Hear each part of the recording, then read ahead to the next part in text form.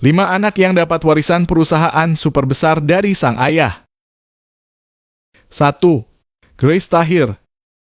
Harta dan kesuksesan wanita ini tak perlu diragukan lagi. Ia merupakan anak dari Dato Sri Tahir, pendiri Mayapada Group. Berdasarkan Forbes, Dato Sri Tahir memiliki harta sekitar 5,93 triliun rupiah. Adapun harta tersebut tidak lepas dari geliat bisnis sebagai pendiri Mayapada Group dari berbagai sektor, mulai dari perbankan, kesehatan, dan properti.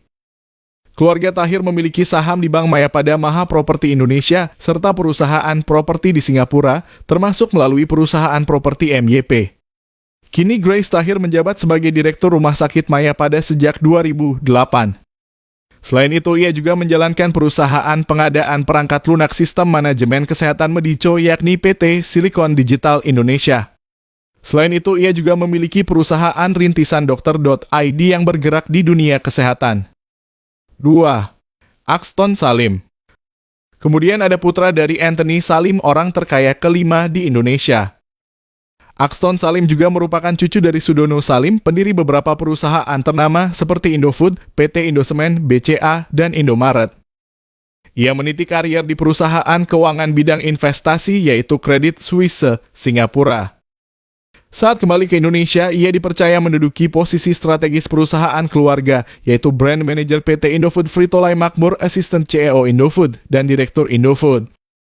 Dengan jabatan tersebut, ia menjadi anggota termuda jajaran direksi PT Indofood. 3. Putri Tanjung.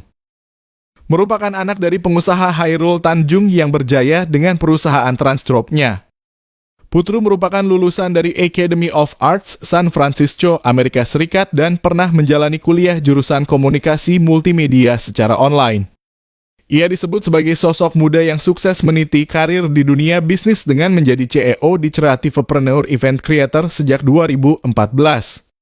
Selain itu, melalui akun Instagram pribadinya, ia kerap membagikan potret social campaign dan hadir sebagai pembicara dalam berbagai acara talk show serta seminar inspiratif. 4. Armand Wahyudi Hartono.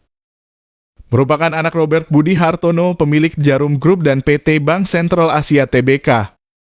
Armand Wahyudi Hartono memulai karier sebagai analis di Global Credit Research and Investment Banking JP Morgan Singapura.